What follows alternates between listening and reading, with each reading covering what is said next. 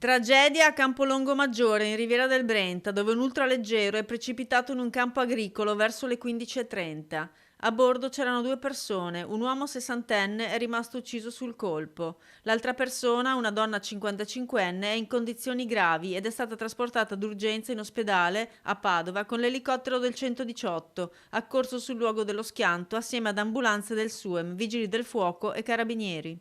Da quanto si è capito, anche da quanto hanno detto i soccorritori, nel velivolo c'erano due persone, un uomo su una sessantina d'anni che è morto sul colpo e una donna di 55 che invece ehm, è stata lei stessa dopo lo schianto, seppur in semi-incoscienza, a chiamare i soccorritori, insomma, ecco.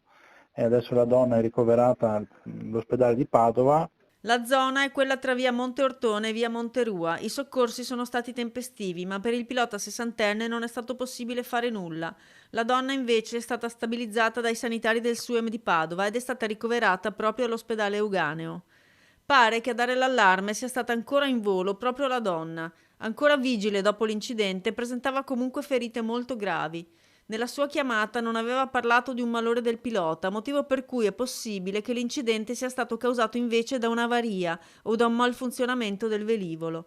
Non sono segnalati altri danni a persone o cose. Fortunatamente non ha colpito abitazioni o persone o veicoli.